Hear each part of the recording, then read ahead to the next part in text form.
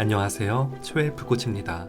콩팥이라고 불리는 신장은 혈액 속의 노폐물을 걸러내 피를 깨끗하게 하고 혈액의 농도 및 혈압을 조절하는 다양한 기능을 합니다. 신장이 기능을 다하게 되면 신장은 나트륨을 배출할 능력을 잃게 되는데, 이때부터 배설되지 않은 나트륨과 수분이 체내에 쌓이고 저류되기 시작하면 온몸에 부종이 생기고 혈압이 높아지기 시작하며 체내 수분이 많아지면서 혈압이 높아지는 동시에 체내 노폐물이 여과되지 않아 축적되는데, 이로 인해 빈혈이나 고지혈증이 발생하게 되고 관상 동맥이 좁아지거나 막히게 되면 심장 근육에 충분한 혈액 공급이 이루어지지 못해 생기는 허혈성 심장질환, 임상적으로는 협심증, 심근경색, 심장돌연사가 나타날 수 있습니다. 신장은 제 기능의 90% 가까이 떨어져도 별 증상을 보이지 않습니다. 오랫동안 서서히 망가져도 모르고 있다가 결국에는 돌아갈 수 없는 지경까지 이릅니다. 오늘 전해드릴 이야기는 신장을 망가뜨리는 습관입니다.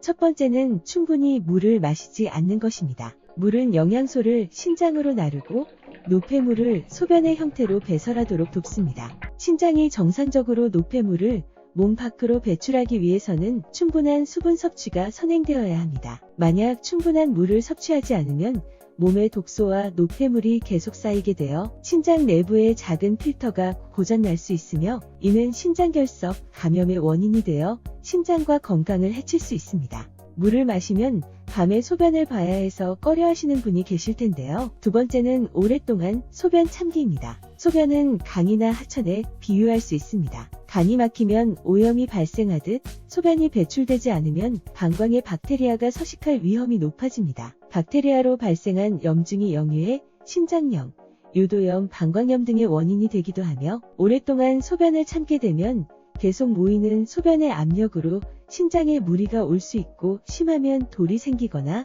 신장 기능이 망가질 수 있습니다. 또한 우리 몸의 노화를 부르는 가장 큰 주범 중에는 소변을 참는 행위가 있습니다. 우리 몸의 찌꺼기라고 표현하는 요산은 콩팥을 거쳐 소변을 배설되는데, 요산을 바로 배출하지 않으면 혈액 속에 떠다니면서 다리, 팔, 무릎, 발가락 등에 쌓여 통풍의 원인이 될 수 있으며, 소변을 통해 배설이 안 된다면 결정체가 되어 혈관의 통로를 막아 가슴 통증, 옆구리 통증, 복부 팽창감 등의 증상이 동반할 수 있습니다. 많은 요산이 혈액 속에 떠다니면 혈액이 산화되어 각 세포들이 깨끗한 피를 받지 못해 발진 등으로 나타날 수 있으며, 여러 합병증과 통증이 생길 수 있습니다. 잠을 자다가 깨어 소변을 보는 것은 정상적인 사람의 삶이며, 오히려 자기 전 물 한 컵, 새벽에 소변을 보고 물 한 컵으로 수분을 보충하는 것은 여러 가지 질병과 노화를 예방하는 가장 큰 보약이 될 것입니다.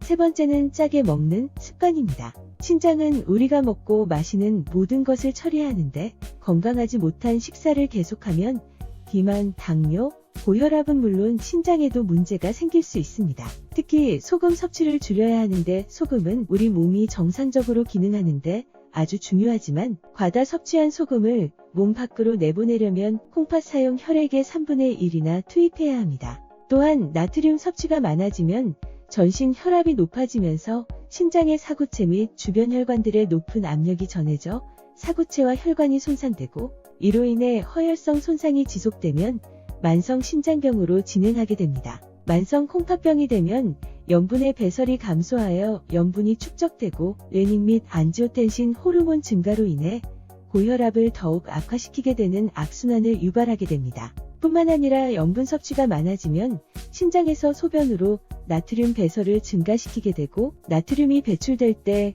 칼슘이 함께 배출되는데, 혈액 내 부족한 칼슘 보충을 위해 뼈 속에 칼슘을 배출시키기 때문에 골다공증 위험이 높아지며, 소변으로 칼슘이 많이 배설되면서 요로 결석이 잘 생기게 됩니다. 신장 질환자는 골다공증 유병률이 일반인보다 3에서 4배로 높으므로 만성 신장 질환자라면 무기질과 비타민 D 섭취에 특히 신경 써야 할 것입니다.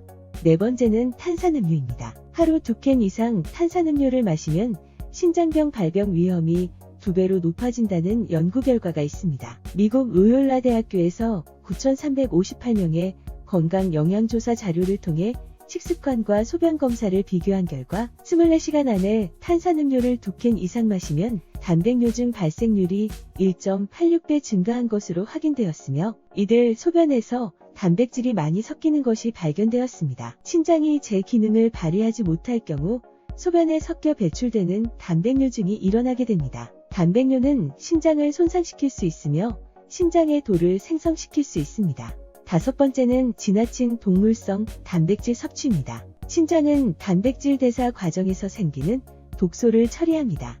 또한 모든 단백질은 분해되어 신장을 통해 배설되어 신장 기능을 악화시키게 되므로 한 끼에 많은 양의 단백질을 먹는 것은 주의해야 합니다. 단백질은 새끼로 나눠 섭취하는 것이 권장되며 동물성, 식물성 단백질에 상관없이 골고루 먹는 것이 좋은데 소고기 40g, 생선 반 토막, 두부 4분의 1모를 하루 3회에 걸쳐 먹는 방법으로 섭취하는 것이 좋습니다. 여섯 번째는 지나친 음주입니다. 간과 신장은 알코올 독소를 처리하는데 알코올을 지나치게 섭취하면 간과 신장에 무리를 줄 수 있습니다. 특히 술을 마실 때는 양도 문제지만 속도도 중요합니다. 2시간 안에 4잔 이상을 마시는 사람은 신장에 갑작스럽고 심각한 손상을 겪을 수 있습니다. 일곱 번째는 카페인 과다 섭취입니다. 연세의대에서 진행한 연구 결과에 따르면 신장 기능에 이상이 없었던 40에서 69세 8,717명을 대상으로 커피 섭취와 만성 콩팥병의 연관성을 분석한 결과 매일 한 잔 정도의 커피는 만성 콩팥병 발병 위험을 24% 낮춘다는 연구 결과가 있습니다. 하지만 하루 2잔 이상 마시는 경우도 만성 콩팥병 발병 위험이 20% 낮았지만 하루 한 잔만큼의 효과에는 미치지 못했습니다. 이처럼 적당량의 커피는 커피 성분에 들어있는 항산화, 항염증 등의 효능이 신장 손상을 예방하는 긍정적인 효과를 볼 수 있지만 커피 등의 카페인 음료를 과다 섭취하면 방광을 자극해 배뇨작용이 심해집니다. 특히 신장이나 방광 기능이 약해진 사람들은 안 마시거나 양을 줄이는 게 좋습니다. 잦은 소변은 체내의 수분을 빼주면서 각종 비타민, 무기질이 함께 빠져나올 수도 있으며 카페인이 든 음료를 과다 섭취하면 이뇨작용이 심해져 소변량이 증가하며 수분은 음료의 서너 배의 양을 섭취해야 하는데 수분의 과다 섭취는 결국 신장이나 방광에 무리를 주므로 신장과 방광이 안 좋은 사람은 카페인 과다 섭취를 주의해야 합니다.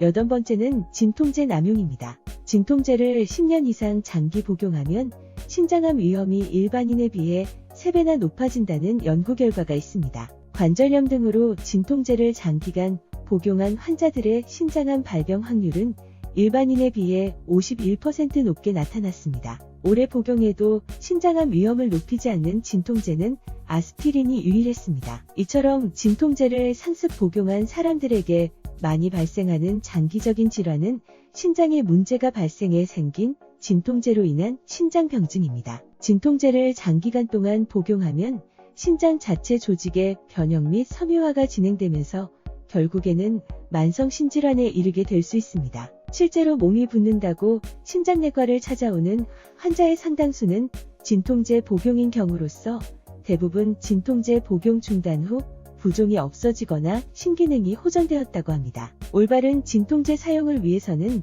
자신이 복용하고 있는 약이 무엇인지를 알아야 하며 자칫 다른 질환 때문에 복용하는 약에 진통제가 들어있어 자연스럽게 진통제 과다 복용으로 이어질 수 있기 때문에 특히 진통제와 일반 예약품을 함께 복용할 때는 의료진과의 상의가 더욱 중요합니다. 신장질환 대부분은 잘못된 생활습관이 원인입니다. 모든 병이 대개 그렇듯이 신장질환 역시 일찍 발견할수록 치료가 쉽다는 사실을 명심해야 하며 오늘 전해드린 신장을 망가뜨리는 습관을 참고하셔서 신장 건강을 미리 관리하시길 바랍니다. 건강의 차이가 곧 인생의 차이다. 시청해주셔서 감사합니다. 행복한 하루 되시길 바랍니다.